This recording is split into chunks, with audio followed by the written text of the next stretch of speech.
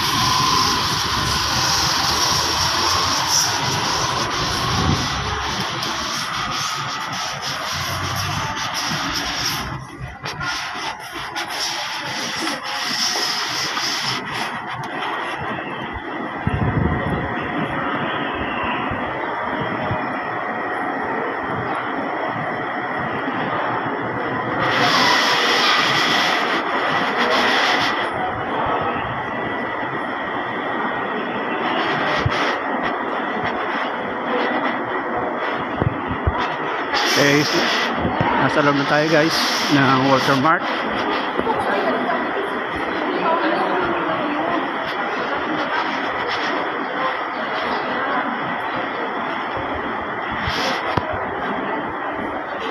Ang kailang supermarket, department store, at ito ang kailang kahabaan. Nasa likod pa tayo nang galing, kaya yung way natin papunta tayo sa harapan.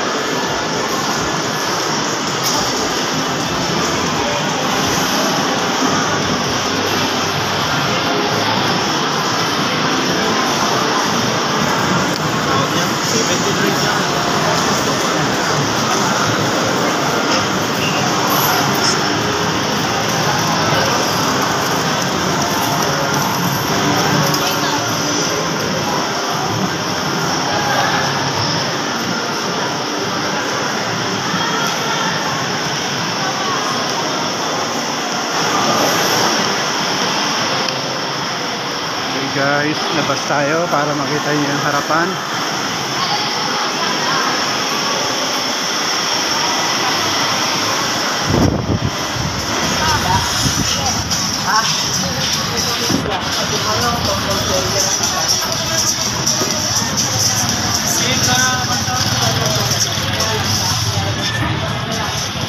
So guys, nasa harapan tayo ng Walter Mart. Bali, itong nakikita nyo yung kalsada, yan ang MacArthur Highway. Yung papunta sa kanan ay papunta sa Manila. Yung papunta sa kaliwa ay papunta ng Plaridel at Malolos.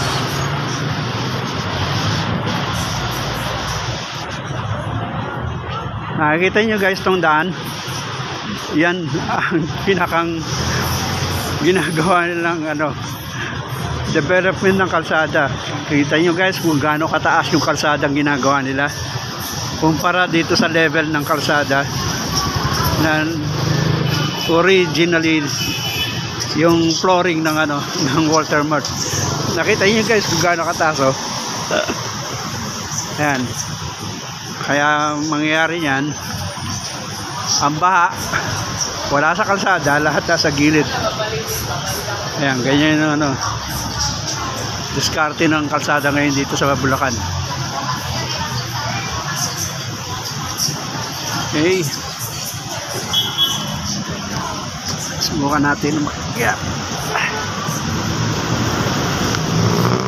Ayan, ayan, ayan ang kahabaan ng maiging kalsada dito sa harapan ng ano, ng Walter Mart. Kita nyo guys kung gaano kababa yung kalsada. Kaya mahirap magbiyahe sa ano, MacArthur Highway.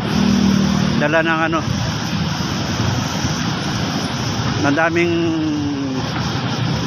upgrade ng kalsada rito sa Bulacan.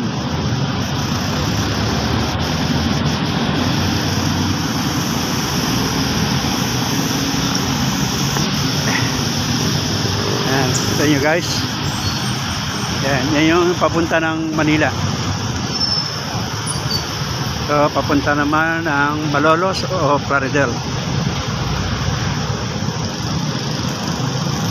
Kita nyo guys kung gaano kataas yung kalsada.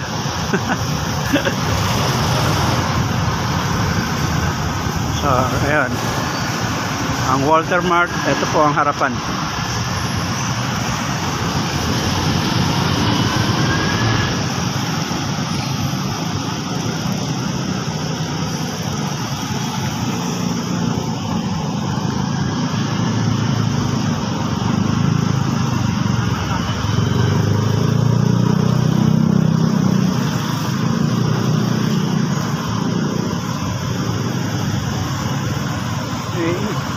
So guys, hanggang dito na lang ulit.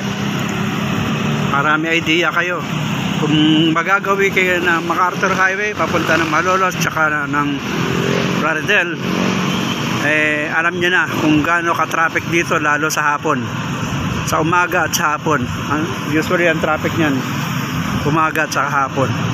Nakita nyo naman guys, so ang liit na lang ng kalsada na available dahil sa ginagawang ano, kalsada rito. Okay, ingat po tayo sa biyahe. God bless everyone.